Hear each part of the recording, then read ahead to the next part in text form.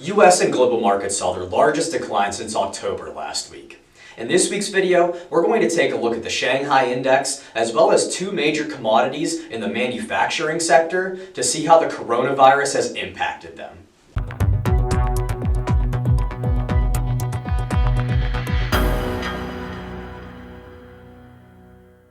The Russell 2000 fell the most last week, down about 2.9%, while the Dow Jones was down 2.5%. The S&P 500 was also down over 2%, and the Nasdaq was down 1.76%. And the Nasdaq is now still the only US market that's positive, up about 2% for the year, while the Russell 2000 is now down over 3% for the year. And after last week, now the S&P 500 and the Dow Jones are both negative year to date.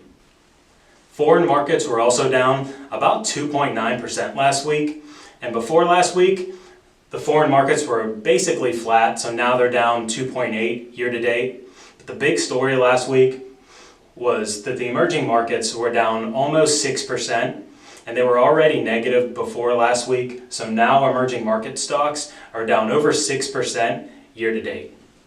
Now, I just mentioned that one of the biggest news stories last week was that the emerging markets were down almost 6%, and one of the biggest reasons why is because of China's stock market. So today we're looking at a chart of the Shanghai Index, which tracks China's stock market. And we want to see exactly how this coronavirus has affected the Chinese markets.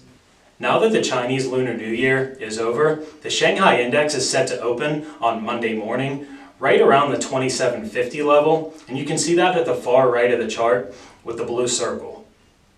Now in January of this year, the Shanghai Index was right around 3100, and if you do the math, you can tell that that's about an 11% drop already for China's market year to date. With the Chinese markets down about 11% for the year, and with China being such a big part of the emerging markets, it's obvious now why the emerging markets are down over 6% year to date. First, I wanted to give some updated information on the coronavirus. Currently, we have over 17,000 cases worldwide, and the death toll has reached 361. Also, we have 11 cases here in the United States. Also, over the weekend, the World Health Organization has issued a global emergency as the death toll has now reached a higher level in China than the SARS outbreak in the early 2000s. Also, airlines have canceled flights to and from China, and as you can imagine, the airline sector has been drastically impacted due to these travel restrictions. Now I wanted to take a look at two of the commodities that are tied directly to the manufacturing sector to see how the coronavirus has impacted them. The first one I wanted to look at was copper.